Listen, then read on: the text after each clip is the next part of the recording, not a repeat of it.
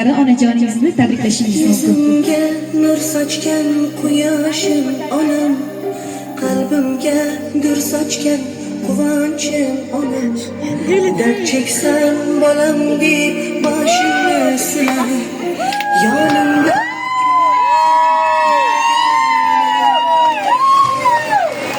to'ydim tashvishlardan, batmishlardan, yuring aylanamiz olib beray Farzandlaringizni huzurini, rohatlarini ko'rib yuring. Sharofatcha bilan qo'shiqlanib, babajon, buvijon